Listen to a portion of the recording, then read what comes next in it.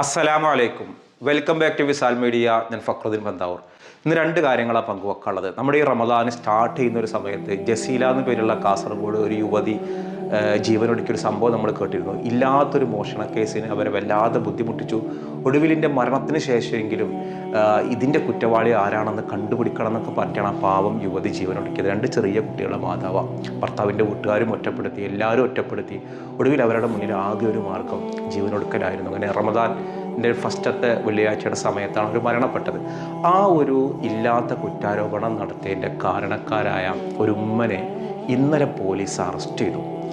ആയിഷ എന്നുള്ളതാണ്. 9.5 പവൻ മോഷണം നടത്തി എന്നൊക്കെയാണ് അയൽവാസിയായ ആളുകൾ പരാതി പറഞ്ഞത്. ആ പരാതി കൊടുത്ത ഉമ്മയാണ് അതൊരു കള്ളപ്പരാതിയാണ്, ആത്മഹത്യാ പ്രേരണ കുറ്റം ചുമത്തിയിട്ട് ഈ ഉമ്മാനെ അറസ്റ്റ് ചെയ്ത്. ഈ റമദാൻ മാസത്തിൽ ആ ഉമ്മ അറസ്റ്റിലാവുന്ന ഒരു സാഹചര്യം അത് കേൾക്കുമ്പോൾ തന്നെ നമുക്ക് വലിയൊരു സങ്കടമാണ്. ആ യുവതിയുടെ വീഡിയോ ഒക്കെ നമ്മൾ കണ്ടിരുന്നു. പഠിക്കാൻ പോയിരുന്നിട്ട് അയൽവാസിയായോ അതിനുമായിട്ട് ഭയങ്കര സൗഹൃദത്തിലായി രണ്ടുപേരും ഒന്നിച്ചിട്ടൊരു ഫാൻസി കട തുടങ്ങാൻ വേണ്ടിയിട്ട് ഒരു 2.5 പവൻ സ്വർണ്ണാഭരണം ഈ യുവതി കൊടുത്തിരുന്നു. അത് ഇയാൾ തിരിച്ചു കൊടുത്തിട്ടില്ല. അതിനുശേഷമാണ് പിന്നീട് ഇങ്ങനെ ആ വീട്ടിൽ നിന്ന്, ആ സുഹൃത്തിൻ്റെ വീട്ടിൽ നിന്ന് ഒരു 9.5 പവൻ മോഷണം പോയി അത് ഇവളാണ് എടുത്തത് അതുകൊണ്ട് പറയാൻ തുടങ്ങി. ഇതിനെ ചൊല്ലി ഒരു ഭർത്താവിൻ്റെ വീട്ടുകാരും ഭർത്താവിൻ്റെ ഉമ്മയും കുടുംബവും എല്ലാവരും വന്ന് വഴക്ക് പറഞ്ഞു. DNA ടെസ്റ്റ് നടത്തണം എന്ന് വരാൻ മക്കളുടെ കാര്യത്തിൽ സംശയമുണ്ട്, ഇവരുടെ സ്വകാര്യ ചിത്രങ്ങൾ മറ്റോൻ്റെ കയ്യിലുണ്ട് എന്നൊക്കെ പറഞ്ഞിട്ട് വല്ലാതെ ബുദ്ധിമുട്ടിച്ചപ്പോൾ എല്ലാവരും കൈയൊഴിഞ്ഞപ്പോഴാണ് സങ്കടത്തോടെ വീഡിയോ പങ്കുവച്ചിട്ട് ഇവർ ജീവനൊടുക്കിയത്. ഭയങ്കര പ്രതിഷേധം ഉണ്ടായിരുന്നു അതിനെതിരെ. അതിന് നീതി കിട്ടണമെന്ന് പറഞ്ഞ് ആക്ഷൻ കമ്മിറ്റി രൂപീകരിച്ചിരുന്നു. അങ്ങനെയാണ് കഴിഞ്ഞ ദിവസം ഈ ഉമ്മനെ അറസ്റ്റ് ചെയ്തത്. മാത്രം പോരാ, ആ ആൺ സുഹൃത്തും ഇതിനാരൊക്കെയാണോ ഉത്തരവാദി, ആ സ്ത്രീയുടെ മരണത്തിന് ഉത്തരവാദി ആരാണോ അവർക്കെതിരെയൊക്കെ നിയമ നടപടി നീങ്ങണം. കാരണം ആ സ്ത്രീയുടെ സ്വകാര്യ ചിത്രങ്ങൾ ഉണ്ട് എന്നൊക്കെ പറഞ്ഞു പരത്തിയിട്ട് എന്ത് നേട്ടമുള്ളത്? പിന്നെ ഭർത്താവിൻ്റെ വീട്ടുകാരും അവരെ ഉൾക്കൊണ്ടില്ല. പിന്നെ ഇങ്ങനെയൊക്കെ കേൾക്കുമ്പോൾ ഏത് ഭർത്താവ് ഉൾക്കൊള്ളുക? എന്തായാലും അതിൻ്റെ ഒരു പ്രതിയായ ആ ഉമ്മയാണ് ഈ റമദാൻ ബദരീങ്ങൾ ആണ്ടിൻ്റെ തലേ ദിവസം അറസ്റ്റ് ചെയ്യുന്ന ഒരു സാഹചര്യം ഉണ്ടായത്. ഇനി പോലീസ് പറയുന്നത് അതൊരു വ്യാജ കേസാണ്. ആ സ്ത്രീ അങ്ങനെ 9.5 പവൻ എടുത്തിട്ടില്ല. എടുക്കാത്തൊരു കേസ് വെറുതെ കെട്ടിച്ചമച്ചതാണ്. മരണശേഷമെങ്കിലും ജസീലക്ക് നീതി കിട്ടി എന്നുള്ളതാണ്. അതിൽ ആക്ഷനെ പറ്റി പറയുന്ന ഒരു കാര്യം, ഞങ്ങൾ ഇവിടം കൊണ്ട് ഇത് അവസാനിപ്പിക്കില്ല, ഇതിൻ്റെ പിന്നിലുള്ള എല്ലാവരും അറസ്റ്റിലാവണം എന്നുള്ളതാണ്. എന്തായാലും നീതി അതിൻ്റെ അർഹമായ രീതിയിൽ നടപ്പിലാവട്ടെ. നമുക്ക് പ്രാർത്ഥിക്കാം. കാരണം ആ ഒരു സ്ത്രീയുടെ മുഖം നമ്മൾ ആ വീഡിയോ കാണുമ്പോൾ നമുക്ക് മനസ്സിലായിരുന്നു അവരത് മോഷ്ടിച്ചിട്ട് ആവാൻ സാധ്യതയില്ല. ലൈഫിൽ ചിന്തിക്കണമെന്നൊരു കാര്യം, ഒരു നിലക്കും ഒരാൺ സുഹൃത്ത് എന്ന് പറഞ്ഞ് വന്നാൽ നമ്പാൻ പറ്റൂല. നമ്മൾ ഈ സ്വർണം കൊടുക്കലും മറ്റേ കൊടുക്കലും ഇതൊക്കെ തെറ്റായ മാർഗത്തിൽ കൂടെ പോകുമ്പോഴാണ് നമ്മുടെ ലൈഫിൽ ഈ അപകടങ്ങളൊക്കെ സംഭവിക്കുക. നമ്മൾ പോകേണ്ട വഴി കൂടെ നമ്മൾ കൊടുക്കേണ്ട സാധനം കൊടുക്കേണ്ട രൂപത്തിൽ കൊടുക്കേണ്ട സമയത്ത് കൊടുത്താൽ കിട്ടേണ്ട സാധനം കിട്ടേണ്ട സമയത്ത് കിട്ടേണ്ട രൂപത്തിൽ നമുക്ക് കിട്ടും. അതാണ് നമ്മൾ പലതും കൊടുക്കേണ്ട സമയത്തല്ല. അപ്പോൾ അത് കൊടുക്കേണ്ട രൂപത്തിൽ കൊടുക്കാത്തത് കൊണ്ട് കിട്ടുന്ന സമയത്ത് കിട്ടേണ്ട രൂപത്തിലല്ല കിട്ടുക. ഇതൊരു ആപ്തവാക്യം. അതോടൊപ്പം തന്നെ നമ്മൾ ഇന്നലെ വളരെ സങ്കടപ്പെടുന്നൊരു വാർത്ത, ഒരു കുട്ടി അരീക്കോട് ഭാഗത്താണ് മുഹമ്മദ് ഹനാൻ എന്നൊരു 3 വയസ്സുകാരൻ. ആ 3 വയസ്സുകാരൻ ഒരു വാഹനാപകടത്തിൽ മരണപ്പെട്ടു. വാഹനാപകടം റോട്ടിലിറങ്ങിയുള്ള അപകടമല്ല. ഈ കുട്ടീൻ്റെ ഉമ്മയുടെ വീട്ടിലായിരുന്നു. അപ്പോൾ വല്യപ്പ പിക്കപ്പ് വാൻ എടുത്തിട്ട് പുറത്തേക്ക് പോകുന്ന സമയത്ത് ആ കുട്ടി വീട്ടിൻ്റെ ഉള്ളിലുണ്ട്. അത് മൂപ്പര് കണ്ടിട്ടുണ്ട്.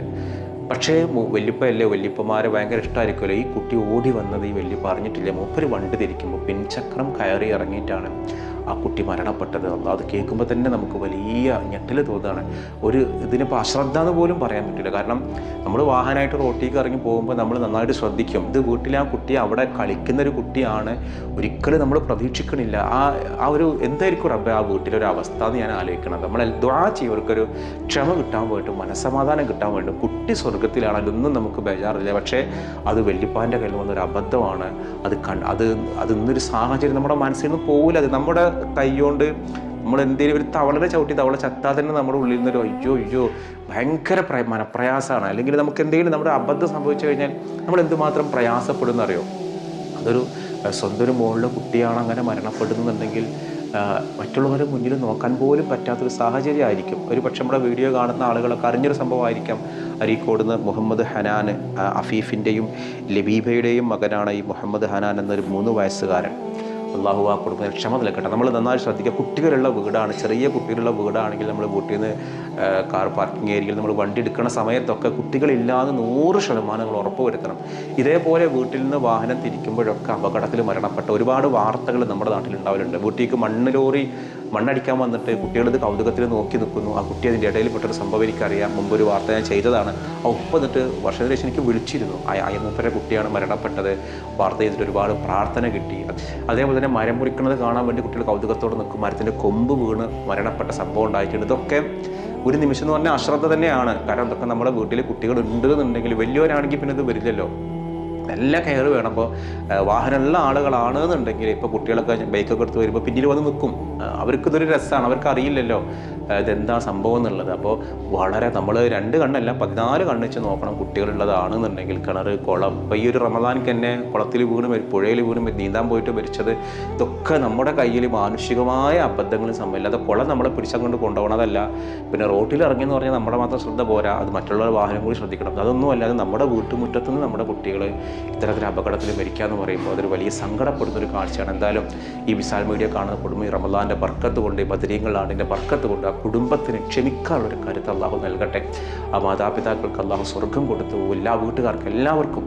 കാരണം അത്രയും മനപ്രയാസങ്ങളിലൂടെ ആയിരിക്കും അവർ കടന്നു പോകുന്നുണ്ടാവുക. അപ്പോൾ ഈ ബദരീങ്ങളുടെ ദിവസമാണ്. അപ്പോൾ ഇന്ന് ബദരീങ്ങളിലാണ് നമുക്ക് എല്ലാവർക്കും അറിയാം, നമ്മുടെയൊക്കെ പള്ളികളിൽ മാംസവിതരണം നടത്തുന്നുണ്ട്, അരി വിതരണം നടത്തുന്നുണ്ട്. നിങ്ങളുടെയൊക്കെ പള്ളിയിൽ എന്താണ്? ഇപ്പോൾ എൻ്റെ മഹല്ല് പള്ളിയിൽ മാംസവിതരണവും അരി വിതരണമാണ്. എൻ്റെ വീടിനടുത്തൊരു പള്ളിയുണ്ട്, അവിടെ അരി വിതരണവും പിന്നെ ഒരു നോമ്പ് തുറക്കുള്ള എന്താ പറയുക ഈ സേമിയോ, അണ്ടിപ്പരിപ്പ്, മുന്തിരി ഇതൊക്കെയാണ് കൊടുക്കുന്നത്. അപ്പോൾ നിങ്ങളുടെ നാട്ടിൽ എന്തൊക്കെയാണ് ഈ ബദരീങ്ങളാണ് ഇതിൻ്റെ സ്പെഷ്യലായിട്ടുള്ളതെങ്കിൽ ഓരോ നാട്ടിൻ്റെയും ഓരോ കൾച്ചർ അനുസരിച്ച് വ്യത്യാസം ഉണ്ടാവും. ഇപ്പോൾ ഞാനിങ്ങനെ ഫേസ്ബുക്കിൽ ഇങ്ങനെ കണ്ടിരുന്നു, റസൂലുള്ളയും സഹാബികളും ബദരീങ്ങളാണ്ട് നടത്തിയിട്ടുണ്ടോ എന്ന് പറഞ്ഞിട്ട്. അല്ലേ, ഓരോ നമ്മൾ ബദരീങ്ങളാണ്ടിന് അവരെ നമ്മൾ റെസ്പെക്റ്റ് ചെയ്യുക, അവരോടുള്ള ആദരവിൻ്റെ ഭാഗമായിട്ട് അവരുടെ പേരുകൾ പറയുക. അതൊക്കെ ഓരോ കാലത്തിൻ്റെ അനുസരിച്ചുള്ള ഓരോ സന്തോഷങ്ങളാണ്. പണ്ട് കാലത്ത് ഇങ്ങനെ കേന്ദ്രീകൃതമായിട്ട് മാംസവും അരിയൊന്നും കിട്ടാത്തൊരു കാലമായിരുന്നു. എനിക്ക് തന്നെ അറിയാം, എൻ്റെയൊക്കെ ചെറുപ്പകാലത്ത് നോമ്പിൻ്റെ സ്റ്റാർട്ടിങ്ങിൽ ഒരു ബീഫ് വാങ്ങിക്കഴിഞ്ഞാൽ പിന്നെ നമുക്ക് കിട്ടുന്നത് ബദരീങ്ങളാണ്ടിൻ്റെ ബീഫാണ്. അപ്പോൾ അന്നത്തെ കാലത്ത് അതൊക്കെ വലിയ സന്തോഷമാണ്. അന്ന് അങ്ങനെ വിഭാഗീയതകളൊന്നും ഇല്ലല്ലോ, എല്ലാവരും ഇത് വാങ്ങിയിരുന്നു. ഇന്നൊക്കെ എല്ലാവരുടെ കയ്യിൽ ഇഷ്ടം പോലെ ഉണ്ട്. അപ്പോൾ ഇവർക്ക് അസൂയയാണ് അല്ലെങ്കിൽ അസ്വസ്ഥതയാണ് നടത്തിയിട്ടുണ്ടോ? ഇതൊക്കെ നമ്മൾ അവരോടുള്ള ബദരീങ്ങളോടുള്ള ഒരു സ്നേഹത്തിൻ്റെ ഭാഗമായിട്ട് നടത്തുന്നതാണ്.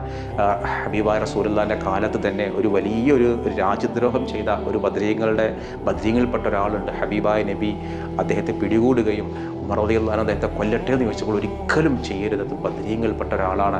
വളരെ ബഹുമാനത്തോടു കൂടിയാണ് അന്നത്തെ കാലം അവരുടെ മുഴുവൻ പേരുകളും ചരിത്രങ്ങളും ഒക്കെ രേഖപ്പെടുത്തിയതാണ്.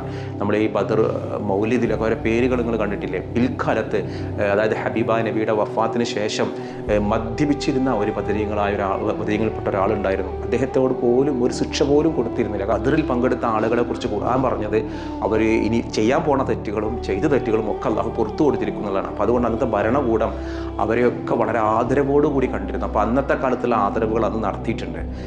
ഇന്നത്തെ കാലത്തുള്ള ആദരവുകൾ ഓരോ നാടിൻ്റെ കൾച്ചറിനനുസരിച്ചുള്ള ആദരവുകൾ നടത്തുന്നത്. ചില ആളുകൾ ഇതിൻ്റെ കീർത്തനങ്ങൾ പാടുന്നുണ്ട്, മൗലിദ് ഓതുന്നുണ്ട്, പാട്ടുകൾ ബദർപാട്ട് എന്നൊക്കെ പറഞ്ഞിട്ട് പണ്ടത്തെ ബദർപാട്ടൊക്കെ ഉണ്ടായി നമ്മുടെ നാട്ടിൽ മൊയ്ൻകുട്ടി വൈദ്യ എഴുതിയ പാട്ടൊക്കെ കണ്ടിട്ട് ഈ അന്നത്തെ ബ്രിട്ടീഷുകാർക്ക് പേടിയിരുന്നു പിൽക്കാലത്ത്. എന്തുകൊണ്ടാണെന്നറിയോ? ഇതൊക്കെ നമ്മുടെ നാട്ടിൽ ബ്രിട്ടീഷുകാർക്കെതിരെ പോരാടാൻ ആവേശമുണ്ടാക്കുന്ന ബദർ പടപ്പാട്ടുകളാണെന്ന് കരുതിയില്ല. അപ്പോൾ ഇതൊക്കെ ഒരു വലിയ ആവേശമുണ്ടാക്കുന്ന ബദരീങ്ങളോടുള്ള സ്നേഹവും ആദരവുമാണ്. അതിപ്പോൾ അന്നത്തെ നമ്മൾ ഇന്ന് ചെയ്യുന്ന പല കാര്യങ്ങളും റസൂലുള്ളാഹി ചെയ്തതാണോ? അല്ലല്ലോ. അപ്പോൾ ഇതൊക്കെ നല്ല കാര്യങ്ങൾ നമുക്ക് ഫോളോ ചെയ്യാമെന്നാണ് മഹാന്മാർ പഠിപ്പിച്ചത്. ഇനി വിയോജിപ്പുള്ളവരുണ്ടായിരിക്കാം. ഏതായാലും അനാദരവ് നടത്തരുത്. നിങ്ങൾ ചെയ്യണ്ടെങ്കിൽ ചെയ്യണ്ട. നിങ്ങൾ ഇറച്ചി തിന്നണ്ട, അരി തിന്നണ്ട, അരിയോട് എന്തെങ്കിലും വിരോധം ഉണ്ടായിട്ട് അവർക്ക് ബദരീങ്ങളുടെ പേര് തരുന്ന അരിയായതുകൊണ്ട് എന്തോ ഒരു പ്രയാസമാണ്. വേണ്ടെങ്കിൽ വേണ്ട. പക്ഷേ നമ്മുടെ ഉള്ളിൽ ഒരു അനാദരവ് ഉണ്ടാവരുത് എന്ന് മാത്രം. അപ്പോൾ ഇൻഷാ അല്ലാഹ് നിങ്ങളുടെ നാട്ടിൽ എന്താണ് ബദരീങ്ങളുടെ പരിപാടിയെങ്കിലും എന്താണെന്ന് ആ വിശേഷം ഒന്ന് പങ്കുവെക്കാം. അപ്പോൾ നമ്മളിന്ന് ചോദിക്കുന്ന ഒരു ചോദ്യം, ബദർ യുദ്ധം നടക്കുന്ന സമയത്ത് ഹബീബായ റസൂലുള്ളാഹിൻ്റെ ഒരു മകൾ സുഖമില്ലാതെ വീട്ടിലെ കിടപ്പിലായിരുന്നു. ആ മകളുടെ ഭർത്താവ് ഉസ്മാൻ റളിയല്ലാഹു അൻഹു ആയിരുന്നു. അതുകൊണ്ട് തന്നെ ബദർ യുദ്ധത്തിൽ പങ്കെടുക്കാൻ ഉസ്മാൻ റളിയല്ലാഹു അൻഹു കഴിഞ്ഞിരുന്നില്ല. ഈ നബിയുടെ മകളാണ് അന്ന് സുഖമില്ലാതെ ബദർ യുദ്ധ സമയത്ത് കിടന്നിരുന്നത് എന്നുള്ളതാണ് ചോദ്യം. ആ ഉത്തരവാണ് നിങ്ങൾ കമൻറ്റ് ചെയ്യേണ്ടത്. മറ്റൊരു ദിവസം മറ്റൊരു വീഡിയോയുമായി വീണ്ടും കാണാം. അസ്സലാമു അലൈക്കും.